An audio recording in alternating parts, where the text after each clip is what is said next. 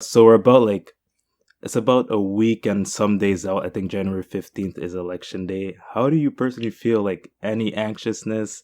Like how do you feel?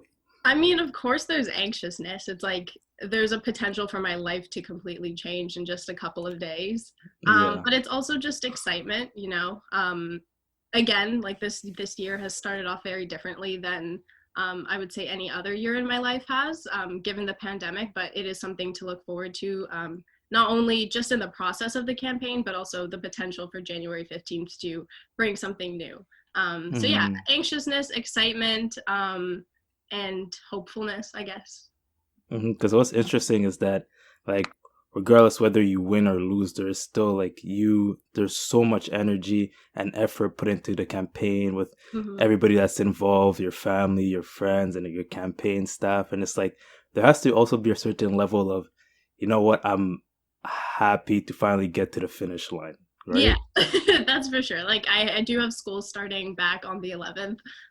So there is some type of normalcy coming back into my Mm-hmm. life outside of the campaign. But you're right. Yeah, I'm excited for the things that will occur after, regardless of the outcome.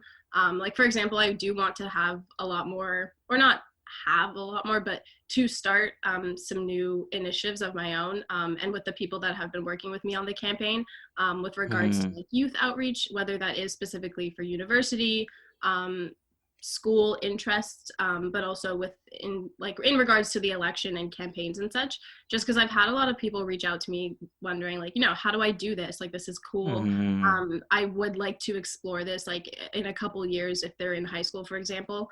And it's hard to give them a solid answer because it's Yeah. not just me. I have an incredible team, but B, it's also always changing, and I can't just give one answer. So I'm hoping to be able to host a couple of events where I get to just chat with people and give them a little bit of insight into how it operated and how myself, as well as a lot of other young people, helped to make this happen. Because Mm-hmm. another cool thing is that my team is almost exclusively all people my age. Mm-hmm. Which probably contrasts to a lot of other people's typical campaigns. And that's been really fun because, it's all just insight from young people, and Yeah. it's cool to see what we can come up with. So yeah, I'm hoping to keep doing that after this election. Mm-hmm.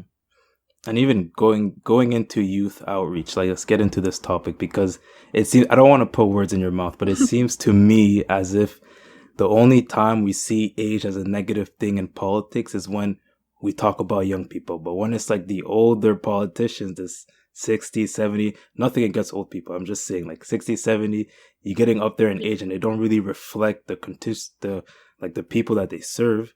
Like we don't really talk about age, but when it comes to young people, whether it's like, no, we cannot lower the voting age for these guys, or this Yeah. and that, or this guy's too young, unexperienced, Yeah. or this girl's too young, unexperienced. Like, Yeah. why is it like that? I honestly can't give you an answer because I'm obviously sitting in a position where I believe, like, yeah, I should be able to vote. Yeah, I should be able to Mm-hmm. run for office.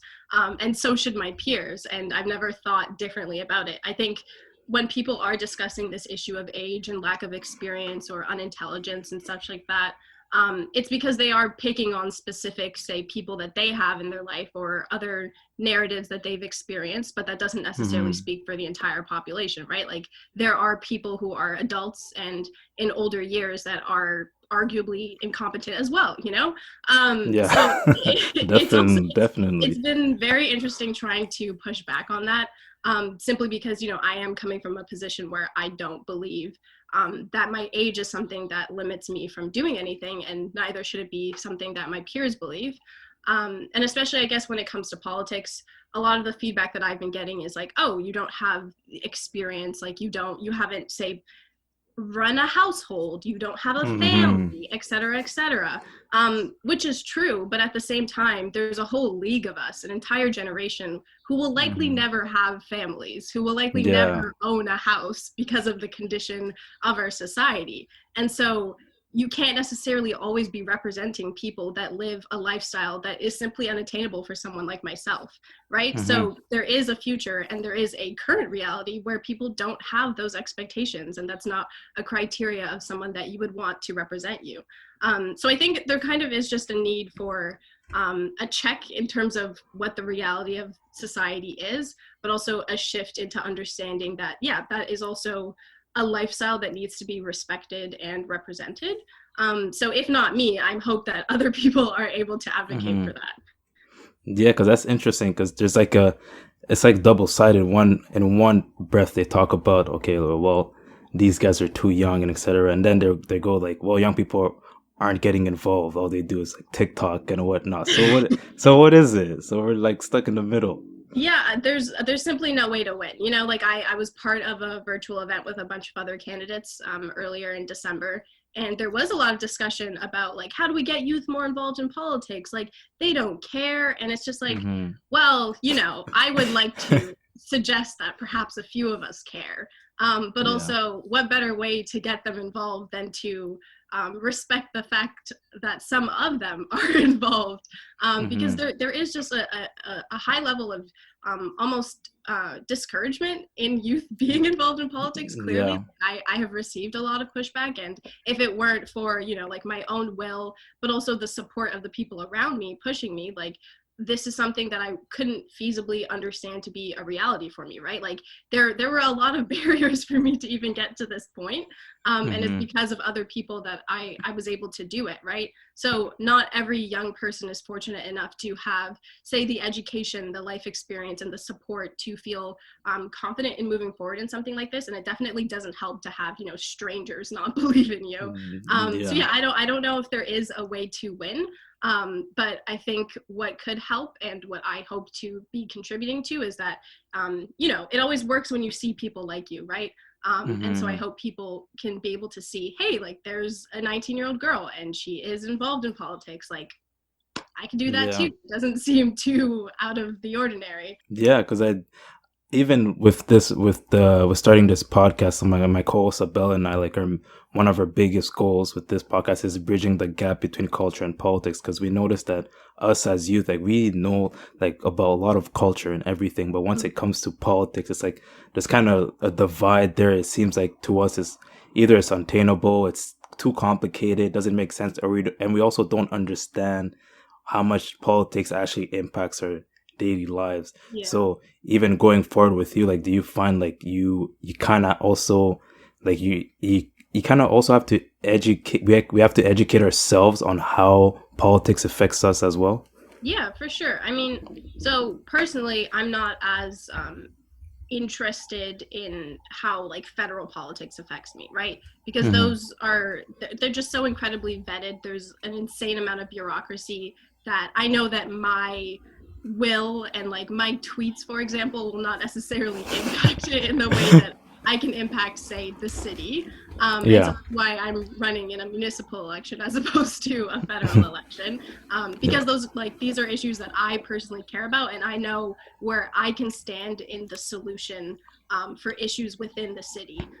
So I think, yeah, there's definitely a part of teaching yourself um, what what your role is and how you can impact it as a stakeholder, but also a leader. And I think what's interesting about municipal politics is that almost 80% of the time you will be involved in the issues that you are solving, right? So if it's Hmm. public transit, I take the public transit. And so you have that Yeah. lived experience. If it's housing, I'm concerned about being able to afford a house. And so you have that lived experience. It's obviously different when it comes to federal politics because sometimes you're dipping your toe in an issue that you have never visited, heard about, or have any type of connection to, right? Hmm. So I think it is one of the things that I think is important in politics is that it's things that you care about. And oftentimes the things that you care about are part of your culture, right? So when you talk about like Toronto culture, that obviously has to do with like the connection of different neighborhoods, the Hmm. celebration of diversity, and being able to facilitate those connections. And to do that, you do need things like public transit, different social services, education, and a lot more. And those are all things that you kind of just naturally, if not are forced to experience as being a resident of Toronto. Hmm. Yeah, and I was wondering, like, with all this attention coming at you, it's kind of coming gradually, but also all at once at the same Mm-hmm. time. Is this scary to get this much attention? Like, now everybody, like, I was looking through comments, bro. I'm like, yo, this is crazy.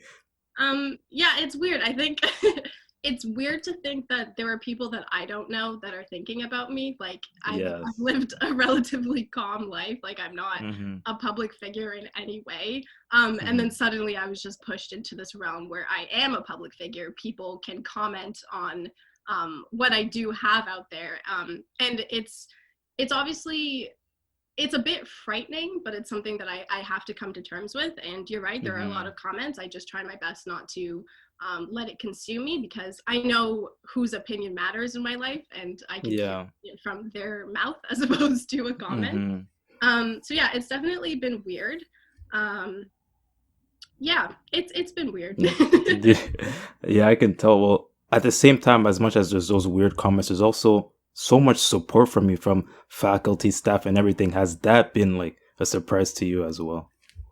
Um, I don't know if it's a surprise because I would like to say I'm an optimistic person who believes that like positivity exists. Mm-hmm. So like I'm welcoming it. But it's been very, I guess, heartwarming in terms of the types of people that have reached out to me and the connections that I've formed from that. And again, just going back, I have had a lot of young people and people my age that are reaching out to me, which is kind of just the most important factor for me because that is my goal. Like I want to be able to connect with people and to appear as though you can connect with me. Yeah. Um, so Mm-hmm. that's been great. I've had teachers connect to me. I'm going to be speaking in a civics class sometime later this week, which is awesome because I know when I was learning civics in grade 10, like it Yeah. wasn't enjoyable at all. Oh And man. yeah, it's just cool that I'm able to connect with people in stages of their life that I have also gone through and would have Mm-hmm. liked to see someone like myself in. Yeah, it's so interesting that you're talking into a civics class because I remember civics was just that class you go into, you'll get that easy grade and you're out of there. Terrible. Like my civics class, it was online because they just didn't want to fit it into our schedule. It was half Mm-hmm. a year, and I can't remember anything from it. So Literally, yeah, literally. Like until you told me about civics, I'm like, oh yeah, there was a class called civics. It was called civics and careers for yeah, at least from exactly. my school.